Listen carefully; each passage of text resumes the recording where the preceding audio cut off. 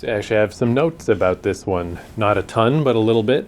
So this is going to be a lot quicker than last week. So last week we did the whole odyssey of different sketch comedy stuff. This is back on the trail of what led to Monty Python, kind of. So we watched that show at last, the 1948 show, and it had Graham Chapman and John Cleese and Feldman. What's his name? Marty Feldman. Marty Feldman, right. And some other dude. Right. So this is about the other dude. Like, who's that fourth guy that we've never heard of before? So his name is Tim Brooke Taylor. He was president of that Cambridge Footlights Society where John Cleese and Graham Chapman came from, and apparently their style of comedy kind of, to some degree, influenced Monty Python, although it seemed a lot weirder in at last the 1948 show. So, and it's one of these things that's funny that we didn't know who he was, where I bet every British person ever is going to be like, you didn't know Tim Brooke Taylor? Because he was in this show after that called The Goodies that ran from 1970 to 1982. So, like, forever. Way longer than Monty Python. And, 9 seasons, 76 episodes, which for a British show especially is a lot. And all I know about it really is it's about these three guys who need money, are always kind of looking for jobs. So they take these odd jobs and comedy happens. I didn't want to look into it too much because, we're going to watch. I just found the first episode. And it's one of the shows that I think almost all of them are still around. There's like an episode that is missing maybe, but most of them survived, so that's good. And these are the guys who introduced Eric Idle to the Monty Python crew because he guest starred in one of the 1948 shows. And that's their main connection to Monty Python, is that they knew half of them back in Cambridge, and then they introduced Eric Idle. So, I mean, pretty core to the Monty Python thing. But yeah, it's just, I never heard of this show ever. But if it ran for this many years and was quite beloved in England, it's just one of those cultural things. It just never came over to Canada. So we just don't know what it is. Okay. So yeah, again, I just grabbed the first episode because, I don't know, sometimes that's not always the best to start at the start because sometimes a show hasn't got its footing yet. But since I know nothing about this show, it's like, if the first one's there, might as well. Yeah, and sometimes it's not bad to see the first one to get an introduction to people. Another thing I thought was funny is the working title for this show before The Goodies was Super Chaps 3, which I like better. Yeah, me too. It's a good title. I guess it's still available if anybody wants to make a show called Super Chaps 3. The Goodies sounds kind of syrupy. Yeah, The Goodies. Who knows what that means? Yeah, so I guess we'll see. The other thing that's kind of sad is of the three guys in this show, this guy the way we found the show, the Tim Brooke Taylor guy, he was an early COVID casualty. Because, you don't really hear so much about COVID deaths now that we're in 2022. You hear about tons of people getting COVID, but it's just like a bad flu and then they get over it. But early on, it was taking people out. And the other two guys are still kicking, but COVID got this poor fella. And that's it. That's really all I know about this show.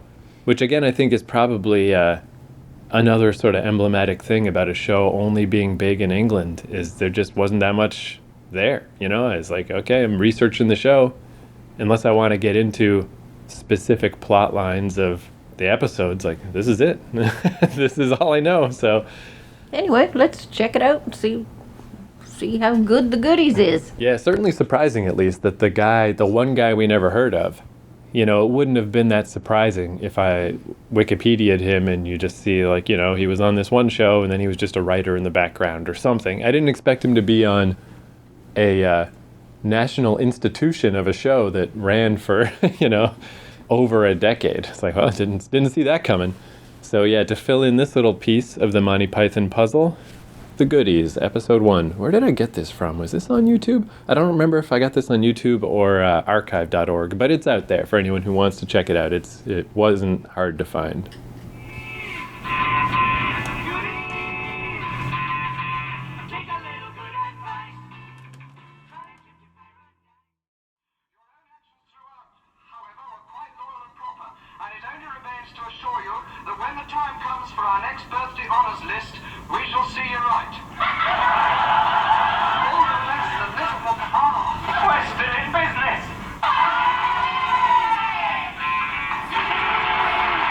So that was kind of weird because I didn't really laugh very much necessarily, but I actually kind of liked that show.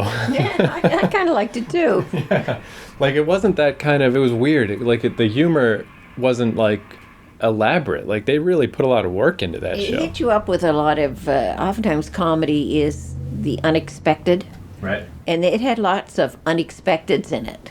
Like, who would have thought Prince Charles playing polo outside of the Tower of London? Who would have thought when they put the little ads in between? You know, they just threw those little things in, like in half a coffee cup, and it is actually a half a coffee cup. Yeah, that was actually probably my favorite joke. I wonder too, yeah, maybe part of it is that we've watched so many early shows. Maybe part of it is just that this is 1970, like maybe TV's just getting more elaborate. But yeah, I was like surprised every time that there was a big elaborate set of a torture chamber, but it had like a swinging scythe that goes back and forth and there's a guillotine, all kinds of like unnecessary levels of detail. It's kind of how I felt. And it was really propulsive. Like it never was slow. Something was always They had happening. a lot of street scenes. Yeah. Them riding on that bicycle and dressed up as the beef eaters, and again outside they had park scene. They had a lot of scene changes in that thing. And there really is a lot of stuff that makes it feel like, because I have heard it said that like, when you think of the 60s, that stereotypical 60s stuff, the early 60s wasn't even really like that so much. It was like later, and this is, 1970s, still essentially the 60s, but like that style of music, the style of clothing, and even from a production standpoint, fast motion. Like that is way not popular anymore. No one does that, but that does feel like the era. Like whenever they were outdoors, everything moved fast. It's that little fast motion, and it's just like, oh yeah, this is kind of how things used to be, how TV used to be. So yeah, it's weird. It's like I kind of like respect how much effort they put into that, and that it clearly is not a lazy show. But I didn't really laugh that much, and I don't really think I'll watch anymore or anything. So I'm like, it's just a weird double feeling that I'm like, hey, nice, thumbs up, but that's good. I'm good. And it was very, very British. Yeah. Yeah, well, that's where I was trying to think, like, why don't we know this? And as you watch it more and more, it's like, oh, this is why we don't know it. We had to look up the Prince Charles thing just to be sure. And yeah, like beef eaters, like so many references that they're taking for granted that are a little tough for us to pick up. And also, I just don't know that there would have been a place for this on TV, even if it weren't for all the cultural stuff. Because, like, we're a lot looser in Canada about nudity specifically than they are in America, but we're way more uptight than this show was. Oh, yeah. Well, you got to think about, at the time that this was out, that Monty Python was out, Benny Hill was out, and Benny Hill was all just tits and ass. Speaking of fast motion, Benny Hill is the king of that shit. Yeah. But also, that's what I found confusing, because it started off with, even in the theme song, it's like, the goodies, fun for the whole family. And maybe that was just meant to be a joke, but it seemed accurate at first, because the first 10 minutes of the show really did feel sort of silly. It feels like a silly kid show more than an adult show. And then suddenly there's nudity. So it's like, this is just so British in its DNA that like that doesn't even fit in the North American airwaves. Where would you play this show? Like, it's too silly to be a late night show and too full of tits to be like a show for kids and stuff. It had that kind of dry British humor and not in-your-face stuff. So that, yeah, you're saying, well, why are they doing that? Like, what's that all about? And yeah, you had to look it up to find out what those references meant. Now, maybe a lot of British people would obviously know that, but there'd be a bunch of people who probably wouldn't know it either. They don't throw it in your face. They never once said that man outside on the polo horse was Prince Charles. Yeah, where I guess that's again where you'd have the awkwardness of, that's fine for a British audience. For a Canadian audience, they would have to mention, is that Prince Philip? Which to a British audience would feel like cloying, of like, really? You got to explain Yeah, that? you gotta say But that. for us, even if you do explain it, we still don't really understand the context of what's going on. It's like, okay, so he's into polo and they're at the, Britishy shit. Like, I don't know. And you have to, and see, the British would recognize right off the bat, like Buckingham Palace, when the rider of the horse goes into Buckingham Palace, and they're standing outside It doesn't say Buckingham Palace or anything. And the only reason why you know it's that is the guards with the big tall black hats come along and kind of tell them to get the hell out of there. But don't tell them, and of course they do. Right. You just take off. So all extremely good British references for British people, and very understated. Like the humor is very, very low key. I mean, they had the laughing box there behind them, but Right. it's very low key humor. But it was good. And also, yeah, really fast, which I kind of appreciate, because even if I'm not specifically laughing, at least it's not going slow. At least even if something doesn't quite hit or doesn't quite land, they're already saying the next joke, which is always kind of... Yeah. No, I would watch that again. Yeah, I mean, maybe, I guess if I was flipping through the channels and it was somehow on, but I guess that's where we're in the weirdness of the internet age. It's so great that this stuff's available. If you want to go seek it out, it's there.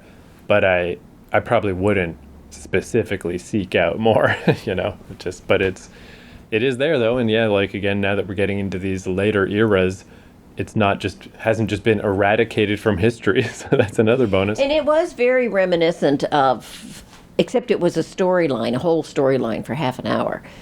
It was very reminiscent of Monty Python. That fast running, the costumes, the little bit of sex thrown in there. Right. So that's the part, I guess, yeah, like when they specifically, those fake commercials they put on in the middle, that's where it really felt Monty Python-y, Yeah. But even things like them riding on that stupid bicycle, Right.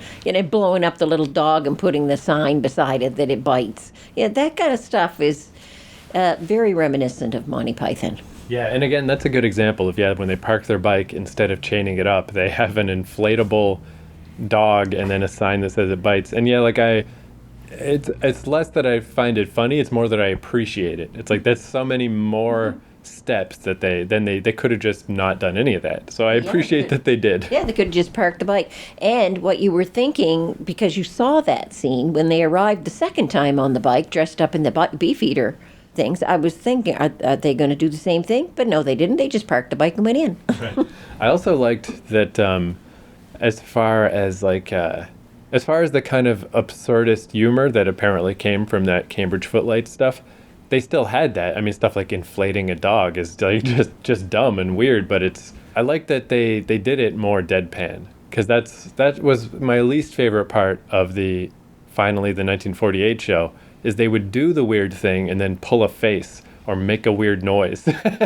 These guys acted like it was completely natural to do that. Park your bike, blow up your rubber dog, and put a sign by it, and in you go. Yeah, which works way better. Yeah, as if, sure, you would do that. Running through the park, and the guy gets caught up on the wire, and he's going around and round and round and round. It's as if, well, of course that would happen if you ran into a wire, which you wouldn't. Which, of course, it wouldn't. You'd hit the ground. I guess that's neat, too, is that they're clearly sort of trying to be more sort of technologically advanced than other shows have been, where stuff like at the start they had all those blue screen jokes where they keep opening the door and it's a different background, and the spinning around where they clearly just looped the footage over and over. Just little film tricks that seem kind of primitive nowadays. Nowadays you could do that with your cell phone and it would probably look better, but pretty difficult back then. Again, way more work than necessary. I guess that's one thing I was a little curious about, since that's the first one. I wonder if they really because there was so many different scenes and so many visual gags and so much work put into this. I wonder if it's because it was the first one, or did they keep up that pace? I mean, I'm going to guess they probably kept it up, because again, this show ran for 12 years. So they don't feel like slackers. and that seems so weird. I don't know about that era specifically, but generally you assume a British show is only going to run 2 or 3 seasons, because that's usually what happens. And even what was Monty Python wasn't even that many, really.